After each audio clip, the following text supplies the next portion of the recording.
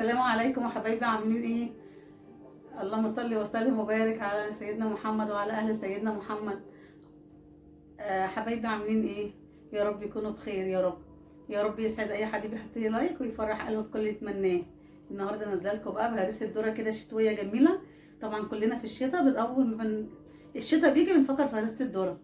معرفش في الصيف مش بفكر فيها ليه، عشان بتبقى جميله وحلوه وبتدي طاقه ومغذيه. وان شاء الله هعملها لكم بطريقه سهله وبسيطه، وتابعوني وهتبقى احلى هرسه ذره جميله جميله جميله من ايد مين؟ تيتا حبيبتي. ما تنسوش في اللايك والشير والاشتراك وتفعلوا الجرس عشان يوصلكم كل جديد باذن الله من فيديوهاتي. يلا حبايب قلبي، شوفي كده المقادير البسيطه والسهله، وان شاء الله هتبقى سهله وجميله. وطبعا البرتقال البلدي طالع وتستغليه في الحاجات دي، بتبقى جميله وموفره. بس انا المره دي هعملها بشر البرتقال ولبن، في سبيل ايه؟ ما عنديش لسه البرتقال البلدي، يعني ما نزل السكري وانا مش بحب السكري فيه. عاملين زي البلدي ان شاء الله هعملها لكم تاني. يلا تابعوني وهتبقى احلى هرسه ذره. ماشي حبايب قلبي، تتدفي كده وتتفرجي مع عيالك على التلفزيون، تشربي حاجه دافيه وتاكلي حته هرسه ذره، بتبقى احلى حاجه. يلا حبيبه قلبي تابعيني، وان شاء الله يا حبايبي هتبقى احلى هرسه ذره معاكم. يلا ان شاء الله مقادير سهله وبسيطه. حبايب قلبي دلوقتي بصوا انا نازله اهو بالمقادير. حطيت دلوقتي كده يجي 3 معالق زبده، وحطيت شويه زيت ذره كده قد ربع كوبايه، يبقى كل الإدام كوبايه الا ربع. اهو دلوقتي بحط ال4 بيضات، ان شاء الله هكسرهم اهم معاكم. بصوا حبايبي اهو. والسكر كوبايه ونص عشان متبقاش محلونه قوي وكده. وبصوا هحط الفانيليا. بصوا حبايبي المقادير اللي هما 3 كوبايات دقيق ذره، عشان الصينيه معايا كبيره وواسعه، وكوبايه دقيق ابيض. انا بحب دقيق الذره اكتر طبعا من الابيض، في سبيل دي هرسه الذره اصلا فتدي الطعم وكده. وعامله بشر برتقان برضو هيبقى نازل مع البيض، هيديها برضو طعم وكده، وتضيع ريحه زفره البيض. طبعا كنت الاول حاطه واحده فانيليا صغيره. بصوا اهو ده بشر البرتقان. البرتقال اصلك الايام دي كده جميل وكده وحلو، والواحد لا لازم يستغلاه كويس. فبصوا بقول لكم كده بنزل ايه بالسكر. دي اول كوبايه سكر بنزل بيها حبات حبات كده، في سبيل اللي هو ايه والخلاط شغال. واهم حاجه الضرب يكون يعني كويس جدا، في سبيل برضه تطلع حلوه معاكي. هعبي معاكم نص كوبايه سكر، يبقى كده ايه المقادير كوبايه ونص سكر.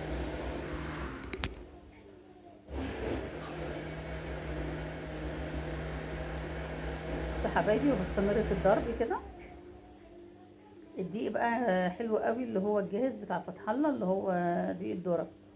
بصراحه مش بيطلع طبعا زيادات كتيره مش حلوه ومش مرغوب فيها، كلها قشر بقى وحاجات من دي. فدي لا، دي ما بتطلعش حاجه خالص، يعني نخلتها جميله جدا مع كوبايه الدقيق الابيض، وهتنخلها فوقيها. وكل ما بتدخلي في الدقيق بيدي هشاشه وينجح كيكه جميل قوي قوي قوي قوي.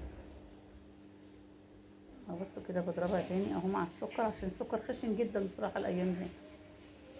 اما لو السكر ناعم مش هياخد معاكي وقت. بصوا بنزل بالخليط. طبعا يا حبايبي انا حطيت كوبايه لبن، ولو عايزه لبن تاني هحط لها. بصي ولو عايزه تحطي زبديه مش هتبقى وحشه، هتبقى جميله برده وفيها طراوه وجميله. بس انا عملت بالمكونات اللي عندي وطلعت جميله والله وحلوه جدا. وهو حطيت برده البيكنج باودر اللي هو كيك شيف دوت، ناجح وجميل وبتبقى حلوه قوي في الكيكات يعني. بص هندخل تاني برده، بصوا الاتنين مع بعض ازاي. انا كنت نخلاهم في الاول دور واحد يعني. كل ما بتدخلي كل ما الحاجه بتبقى هشه وجميله. هي سهله وبسيطه يعني، اي حد بيقدر يعملها. دي ممكن هرسه الذره دي بتتعمل في صاج، كان زمان بيعملوها في صاجات. ليه؟ هي باي كميه بتنفع وبتبقى ناجحه وجميله. اهم حاجه ايه؟ يعني البيكنج باودر يبقى طازه وبيبقى نضيف، ما يكونش مثلا مركون عندك. بس كلها سهله والله. الحاجات دي حلوه قوي قوي قوي بقى كده في الشتاء وانتي قاعده كده بكوبايه شاي، لو بشاي بلبن او شاي ساده او بلبن ساده، اللي بتحبيه بيبقى جميل فيها بصراحه. الحاجات دي يعني بتدي شبع كده وطاقه جميله، يعني انا بحبها في الشتاء قوي بصراحه، او كل الناس بتحبها بس الذره بصراحه في الشتاء. بصوا حبايبي نزلت كلها بالخليط كده مره واحده، اللي هو الدقيق. هنا برضو لو عايزه شويه لبن هتلاقيني بحطهم في الخلاط وبحطهم عليه. بص انا رغم ما انا ضرباها قبل كده نخلتها تاني طلعت حبه حاجات صغيره. بس حبايبي هي تقيله سنه سيكه صغيره. هبتدي برضو احط شويه لبن في الخلاط كده، هضربهم ضربه صغيره عشان طبعا تاخد لي كل الحاجات اللي في الخلاط. بصوا كده مش هتاخد حاجه تاني ان شاء الله.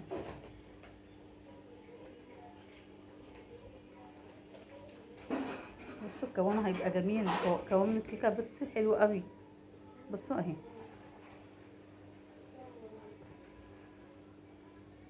خلاص كده خلصت خالص اهي. بصوا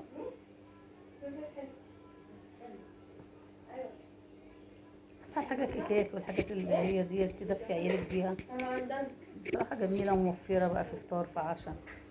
ممكن الواحد الصبح يقوم ملوش نفس ياكل حاجه بياخد حته كيكه وخلاص، وكوبايه شاي بلبن بتبقى خلاص جميله خالص خالص خالص.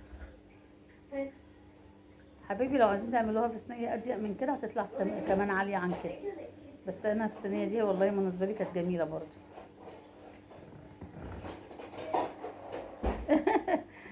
رضينا بتحب تدوقها خالص بقى، فانا اديتها بصراحه معلقتين كده.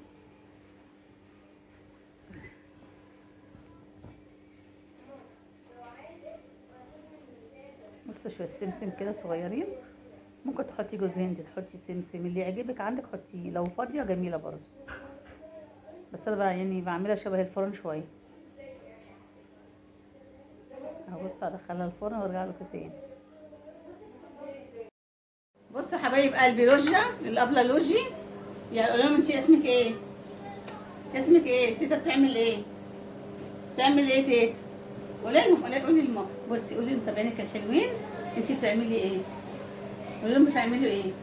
عيب يا لوجة. بصي يا لوجة اتفرجي على الورد. انت رايحه فين؟ هتروحي السوق؟ هتجيبي ايه لتيتا؟ عيش. هتجيبي عيش وايه تاني؟ بصي هي بتجيب لي عيش كل يوم الصبح، يعني مش كل يوم يعني على حسب ما يبقى. بس هي هتجيبي ايه؟ هتاخدي فلوس تعملي بيها ايه؟ لا روحي مع مروه اجري. انا اللي ربيته في الاخر، مروه هي اللي اخذت الجايزه. كل شويه تقول لي مروه مروه، انا لا. انا بقى لما تكون مروه مش موجوده اللي هي عمتها يعني، لا دي مش موجوده تفتكر تيتا بقى. يلا بقى نعملوا ايه؟ الحمد لله. بصوا الكيكه دي جميله جدا وعشاء خفيف او تحالي، يعني مش شرط عشاء طبعا، اللي بيحب يتعشى ويحب يشرب حاجه دافيه ياكلها مع الحاجه الدافيه. فهي كيكه جميله ولذيذه ومن الحاجات اللي احنا دايما بنحبها في الشتاء بصراحه. يعني طبعا هرسه الذره دي على طول الناس بتحب تعملها، بس طبعا الابله ساره دي بقى اللي مشجعاني الفيديوهات على طول بقى تقول لي يا تيتا سجلي يا تيتا سجلي. انا بصراحه بطنش، بس ان شاء الله مش هطنش تاني. هطنش. لا والله ان شاء الله الواحد اللي ياخد على المتابعين واللي ياخد على الكاميرا واللي ياخد على تبقى عيله جميله وحلوه و... وربنا يسهل الحال كده ونمشي في الموضوع باذن الله، واسجل على طول باذن الله، عشان هي بس ساكنه في العجم. انا صاحبة فكرة اللي انها تفتح قناة. لا جدع برافو يا ساره، بصراحه شجعتني خالص بصراحه، لاني كده قاعده مع نفسي وكده قلت لي لا يا تيتا عشان ما تحاوليش تبقي قاعده تفكري احنا مش موجودين. طبعا انا جوزتهم كلهم وبيجوني كل ايه ثانيه مره كده يقعدوا يومين وبيمشوا طبعا عشان الدراسه. ساره بدأنا في السنه 5. هاي فهم على طول بيحبوا هنا اكتر من بيتهم بصراحه. صح؟ قوي قوي. وساره عندها قناه جميله صح؟ اسمها ايه؟ سارة وردينا. بتعملي فيها ايه يا ساره؟ اخر فيديو كنت منزلاه كنت بتكلم عن المذاكرة وازاي تنجحوا وتقفلوا ان شاء الله، وتعلميهم يذاكروا صح، يعني يحبوا المذاكره ويذاكروا صح. صح. انت شاطره يا ساره على كده؟ كورس ما شاء الله جدعه. بدون اي غرور. ربنا يا رب ينجحك ويوفقك كده في كل اللي في الدراسه كلها ربنا يا رب ينجحهم ويكرمهم، وان شاء الله يجي تعبهم على خير باذن الله. ان شاء الله. ان شاء الله. هقول لكم بقى فكره اول فيديو دي نزلته على القناه واللي مش هتلاقيه. ايه هو؟ كنا عاملين وقتها اكل، وفجاه كانوا عاملين لحمه مشويه.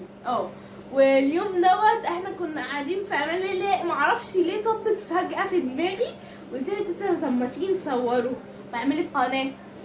فتيتا قالت لي طب ماشي. بعد طبعا قعدت اشرح لها كتير، وبعد كده راحت قالت لي طب ماشي خلاص نجربه، لو لقيته حلو ننزله.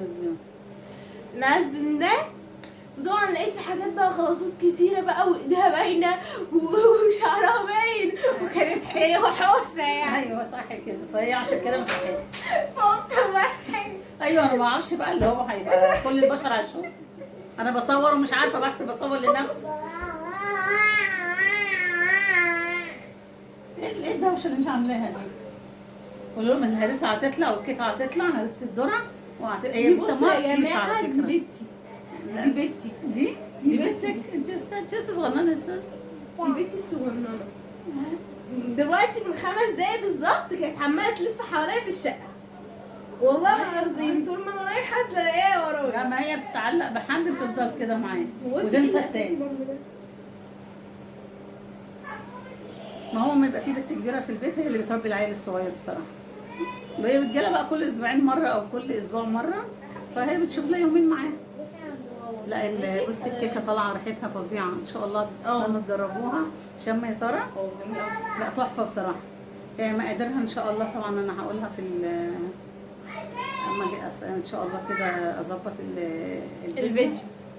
وان شاء الله هي سهله وبسيطه ومقاديرها مش بتكلفش كتير، وطول ما في برتقال بلدي ممكن ما تستغلي ما تجيبيش لبن خالص.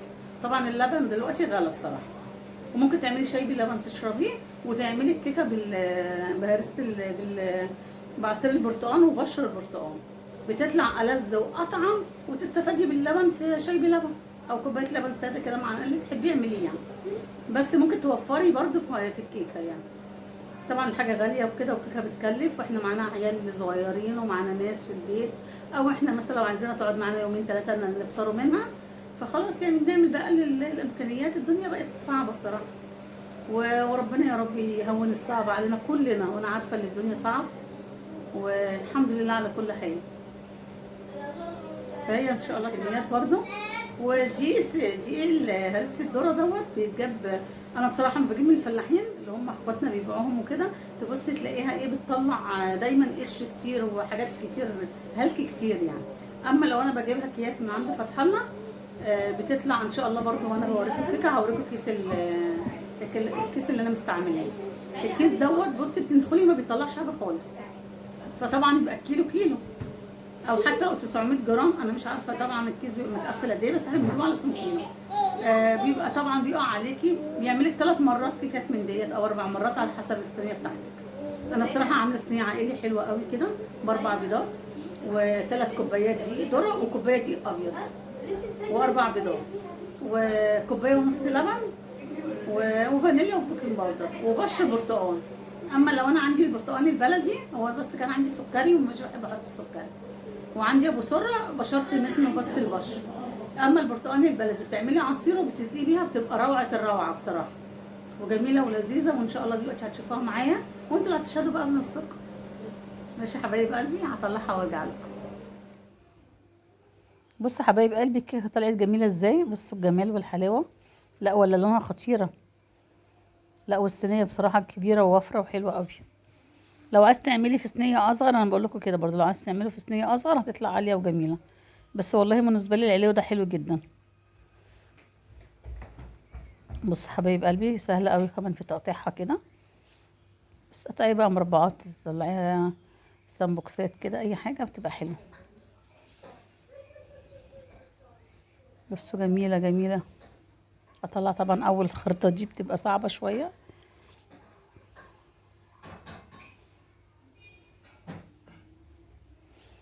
لا لا تحفه بصراحه، جميله بصراحه. بصوا جميل، بس بقول لكم هشه وجميله ازاي. اطلع لكم واحده تانية كمان ان شاء الله هتبقى حلوه قوي قوي قوي كمان. بصوا جميلة وطعمها خطير بصراحة. بصوا العيلة عايزين يدوقها ازاي من جمالها. بصوا رضينا دي هتقول لنا بقى روعة روعة الروعة. لا حلوة بصراحة. والقبلة اللوجة اهو كمان. لا لا جميلة والله وجميلة. بصوا طرية ازاي، تحفة تحفة والله. اتمنى تجربوها باذن الله. جميلة وريحة البرتقال طالعة فيها جدا. ريحة البرتقال طالعة فيها حلوة جدا جدا جدا. تحفة. بصوا الجمال وريحة فظيعة. يلا نشوفكم ان شاء الله في فيديو تاني. واتمنى تجربوا هرسة الذرة اللي هم هنا بيسموها بسيسة، وان شاء الله طعمها حلو جدا وريحة جميلة، وان شاء الله جربوها مش هتندموا. ما تنسوش اللايك والاشتراك، وتدوسوا على الجرس ان شاء الله توصلكم كل جديد من تيتا حبيبتي. السلام عليكم ورحمة الله وبركاته. اشوفكم في حفظ الله. مع السلامة. باي باي. مع الف سلامة.